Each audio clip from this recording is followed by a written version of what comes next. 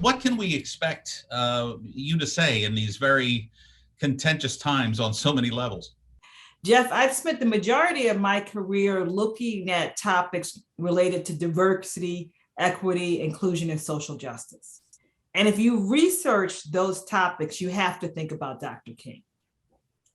Fast forward to my current life as president of Simmons University in the middle of a pandemic, and that's what you asked about. And I'm saying, what would Dr. King be saying today about the world? And my speech is talks about his drum major speech and how each of us can show up to be everyday leaders, no matter where we are and who we are in our position in life.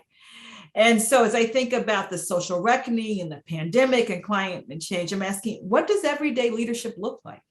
Mm-hmm. Well, one, we have to know what our strengths are. Dr. King knew what his strengths were and lived those strengths, everything from community organizing to being an intellect to giving extraordinary speeches.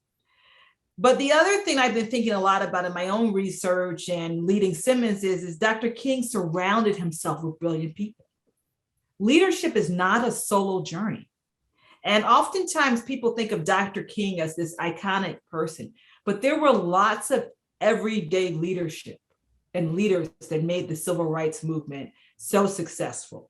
Does it bother you to think that just last year, for instance, now the statues are coming down in Richmond, Liberty Lee, the Confederate statues, many of which were erected 30 years after the end of the Civil War.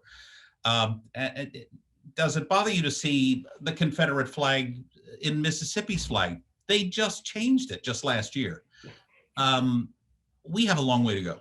We still have a long way to go. And it does bother me. Like I said, I'm an older generation or Xer. I'm 55. I've lived racism all my life.